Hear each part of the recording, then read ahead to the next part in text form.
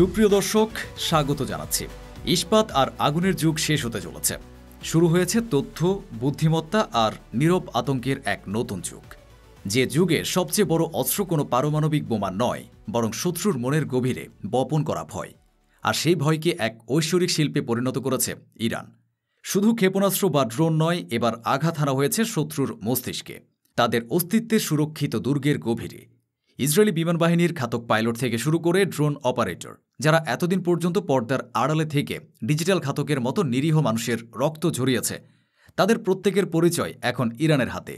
নাম, ঠিকানা, পরিবার পরিচয়, এমনকি সন্তানের স্কুলের নাম পর্যন্ত ফাঁস করে দিয়ে তাদের প্রত্যেকের মাথার উপর ঝুলিয়ে দেওয়া হয়েছে এক অদৃশ্য জল্লাদের তরবারি।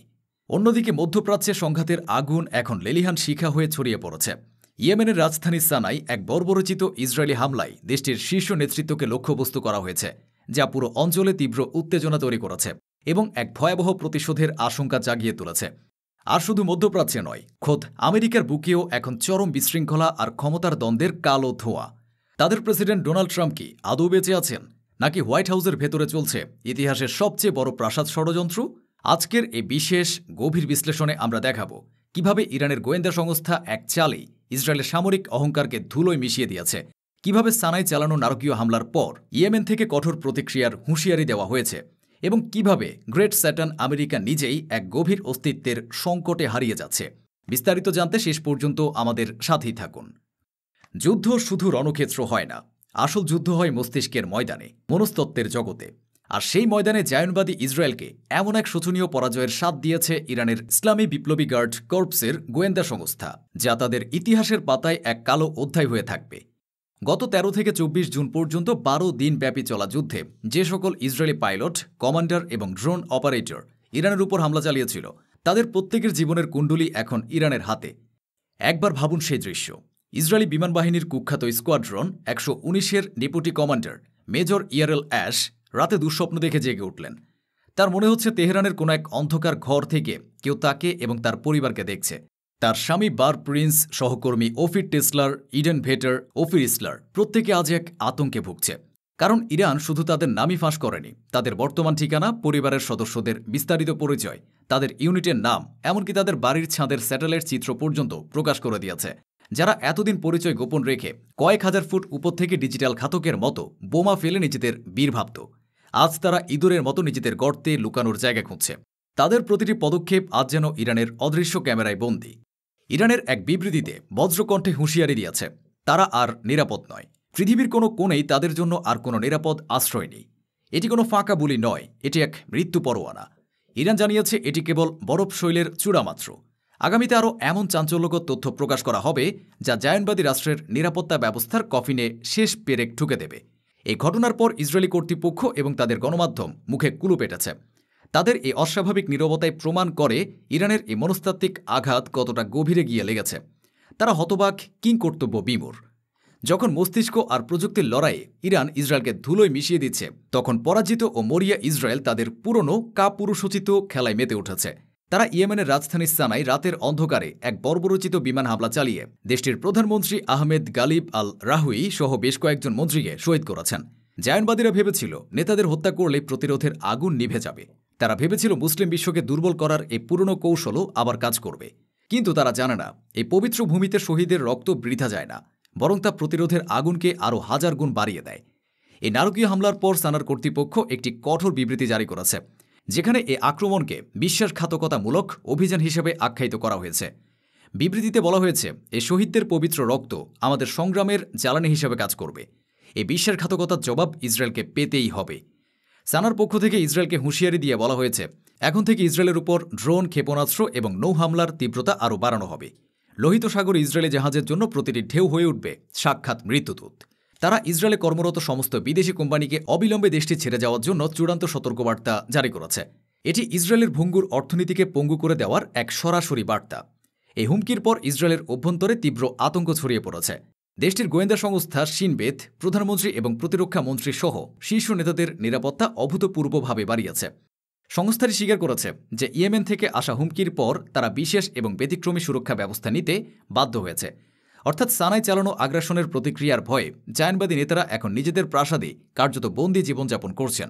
এরই মধ্যে সানার শাসন ব্যবস্থা তাদের সাংগঠনিক দৃঢ়তার পরিচয় দিয়ে মোহাম্মদ মুফতাকে অন্তর্বর্তীকালীন প্রধানমন্ত্রী হিসেবে নিয়োগ দিয়েছে। তারা বিশ্বকে দেখিয়ে দিয়েছে যে এ ধরনের কাপুরুষোচিত হামলায় তাদের রাষ্ট্রীয় কাঠামো ভেঙে পড়বে না, বরং আরও শক্তিশালী হবে। এই পরিস্থিতিতে ইরানের IRGC এক বিবৃতিতে মুসলিম বিশ্বের ক্ষোভের প্রতিধ্বনি করে জানিয়েছে, এ অঞ্চলে প্রতিরোধ, বিশেষ করে ইয়েমেনে সানায় ইসরায়েলি আগ্রাসনের এমন শক্তিশালী এবং বেদনাদায়ক জবাব দেবে যা ইতিহাস মনে রাখবে। চারিদিক থেকে যখন পরাজয়, অপমান আর প্রতিশোধের কালো মেঘ ঘনিয়ে আসছে, তখন ইসরায়েল নিজেদের মুখ বাঁচাতে এক হাস্যকর নাটকের আশ্রয় নিয়েছে। তাদের জাতীয় সাইবার অধিদপ্তর দাবি করেছে তারা নাকি চার্মিং কটন নামের একটি ইরানি হ্যাকার গ্রুপের সাইবার হামলা ব্যর্থ করে দিয়েছে। তাদের গল্প অনুযায়ী ইরানি হ্যাকাররা nefeshope.com নামের একটি ভুয়া মানসিক স্বাস্থ্য ওয়েবসাইট তৈরি করে সাবেক সেনা ও রিজার্ভিস্টদের তথ্য চুরি করার চেষ্টা করেছিল। এটি যে কত বড় মিথ্যাচার এবং একটি দুর্বল কল্পকাহিনী তা সহজেই অনুমেয়। যে ইরান শত্রুপক্ষের পাইলটদের বাড়ির স্যাটেলাইট ছবি পর্যন্ত বের করে ফেলতে পারে, তাদের সামনে কি সামান্য তথ্য চুরির জন্য এমন তৃতীয় শ্রেণীর স্পাই নোভেলের প্লটের প্রয়োজন আছে? বিশ্লেষকরা বলছেন এটি ইসরায়েলের একটি মরিয়া প্রচেষ্টা। নিজেদের গোয়েন্দা ব্যর্থতা এবং সাইবার জগতে ইরানের ছায়া যোদ্ধাদের কাছে বারবার পরাজিত হওয়ার লজ্জা ঢাকতেই তারা এই কল্পকাহিনী তৈরি করেছে। যখন তাদের বাস্তব জগতের গোয়েন্দারা ইরানের সামনে উন্মোচিত হয়ে যাচ্ছে, তখন তারা ডিজিটাল জগতে কাল্পনিক ভূতের গল্প শোনাচ্ছে। তাদের ভয় এতটাই গভীরে যে সাবেক প্রতিরক্ষা মন্ত্রী গ্যালান্ট এখন প্রকাশ্যে বলছেন ইরানের বিরুদ্ধে আরেকটি যুদ্ধ আসন্ন। এটি কোনো শক্তির আস্ফালন নয়, এটি পরাজয়ের ভয়ে দিশেহারা এক নেতার প্রলাপ। যখন একটি শক্তি ভেতর থেকে ভেঙে পড়তে শুরু করে, তখন সে বাইরের শক্তি প্রদর্শন করে নিজের দুর্বলতা ঢাকার চেষ্টা করে।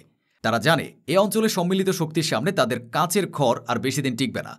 শুধু ইসরায়েল নয়, তাদের প্রভু গ্রেট স্যাটার্ন আমেরিকার বুকেও এখন চরম বিশৃঙ্খলা আর রহস্যের কালো ধোঁয়া। ইন্টারনেটে দাবানলের মতো এক তত্ত্ব ছড়িয়ে পড়েছে, ডোনাল্ড ট্রাম্প আর বেঁচে নেই। এটি শুধু ভিত্তিহীন গুজব নয়, এই তত্ত্বকে ঘিরে একের পর এক চাঞ্চল্যকর আলামত সামনে আসছে, যা মার্কিন প্রশাসনের ভেতরের ভয়াবহ সংকটকে ইঙ্গিত করছে। প্রথমত, ট্রাম্পের হাতে সম্প্রতি এমন কিছু দাগ দেখা গেছে যা ব্রিটেনের রানী এলিজাবেথের মৃত্যুর আগে তার হাতে দেখা গিয়েছিল, বিশেষজ্ঞরা যাকে বলছেন মৃত্যুর লক্ষণ। দ্বিতীয়ত, তিনি গত 3 দিন ধরে জনসম্মুখে আসেননি, এমনকি কোনো ভিডিও বার্তাও দেননি, যা তার মতো একজন প্রচার সর্বস্ব নেতার জন্য সম্পূর্ণ অস্বাভাবিক। হোয়াইট হাউস থেকে তার অনুপস্থিতি নিয়েও কোনো গ্রহণযোগ্য ব্যাখ্যাও দেওয়া হচ্ছে না। তৃতীয়ত এবং সবচেয়ে রহস্যজনক, ওয়াশিংটনে হঠাৎ করে পিৎজার চাহিদা 476% বেড়ে গেছে। ষড়যন্ত্র তাত্ত্বিকরা বলছেন হোয়াইট হাউসে যখন কোনো বড় ধরনের জরুরি অবস্থা, অভ্যুত্থান বা বাংকার প্রোটোকল চালু হয়, তখন কর্মকর্তা কর্মচারীদের জন্য বাইরে থেকে বিপুল পরিমাণে পিৎজা অর্ডার করা হয়। এটি একটি গোপন সংকেত। ইন্টারনেটে হাজার হাজার পোস্টে ট্রাম্পের মৃত্যুর গুঞ্জন চলছে, আর এই আগুনের মধ্যে ঘি ঢেলেছেন মার্কিন ভাইস প্রেসিডেন্ট ভ্যান্স। তিনি সম্প্রতি এক বিবৃতিতে বলেছেন, ট্রাম্পের কিছু হলে আমি রাষ্ট্রপতির দায়িত্ব নিতে প্রস্তুত। এমন সরাসরি মন্তব্য কিসের আলামত? এটি কি ক্ষমতার করিডোরে চলতে থাকা এক ভয়ঙ্কর লড়াইয়ের ইঙ্গিত? হোয়াইট হাউসের ভেতরে কি তাহলে ক্ষমতার লড়াই শুরু হয়ে গেছে? ট্রাম্পকে কি পর্দার আড়ালে সরিয়ে দেওয়া হয়েছে? একদিকে যখন ইরানের ঐশ্বরিক শক্তিতে ইসরায়েল ধ্বংসের দ্বারপ্রান্তে, অন্যদিকে তখন আমেরিকা নিজেই নেতৃত্বহীন, বিশৃঙ্খল এবং এক গভীর অভ্যন্তরীণ সংকটে নিমজ্জিত। যে সাম্রাজ্য নিজের ঘরই সামলাতে পারছে না, সে তার অবৈধ সন্তান ইসরায়েলকে কিভাবে রক্ষা করবে? একদিকে ইরানের গোয়েন্দা সংস্থার ঐতিহাসিক বিজয়, যা আধুনিক যুদ্ধের সংজ্ঞায় বদলে দিয়েছে, অন্যদিকে সানাই আগ্রাসনের প্রতিক্রিয়ায় তীব্র উত্তেজনার পারদ। একদিকে ইসরায়েলের অভ্যন্তরীণ ভয় ও হাস্যকর মিথ্যাচার, অন্যদিকে আমেরিকার পতনোন্মুখ সাম্রাজ্যের অন্ধকার ভবিষ্যৎ। সব কিছু এক চূড়ান্ত পরিণতির দিকে ইঙ্গিত করছে। ইতিহাসের পাতা উল্টাচ্ছে, ক্ষমতার ভারসাম্য বদলে যাচ্ছে, জায়নবাদী দুঃশাসনের অবসানের সময় ঘনিয়ে এসেছে। এ অঞ্চলের মুক্তিকামী মানুষের বিজয় আজ সময়ের অপেক্ষা মাত্র। বন্ধ হোক যুদ্ধ, বিগ্রহ, হানাহানি, বন্ধ হোক নিরীহ মানুষের উপর অত্যাচার, শান্তিময় হোক বিশ্ব। এমন প্রত্যাশা রেখে আজকের পর্ব থেকে বিদায় নিচ্ছি। তবে যাবার আগে সেই একই অনুরোধ, যেখানে সেখানে ময়লা আবর্জনা ফেলবেন না, আমাদের পরিবেশকে দূষিত করবেন না, আপনার দেশের সৌন্দর্য রক্ষায় সচেষ্ট থাকুন। যদি চ্যানেলটিতে নতুন হয়ে থাকেন আর আমাদের এই বিশ্লেষণ আপনার ভালো লেগে থাকে, তাহলে চ্যানেলটি সাবস্ক্রাইব করে আমাদের ভালোবাসায় আবদ্ধ করবেন। আপনার মূল্যবান মতামত, ভালো লাগা না লাগার বিষয়টি কমেন্টে লিখে জানাতে ভুলবেন না। আবারও হাজির হব নতুন কোনো খবর আর খবরের ভেতরের খবর নিয়ে। নিজে ভালো থাকুন, দেশকে ভালো রাখুন, আর সবসময় সত্যের পক্ষে আমাদের সাথেই থাকুন। ধন্যবাদ।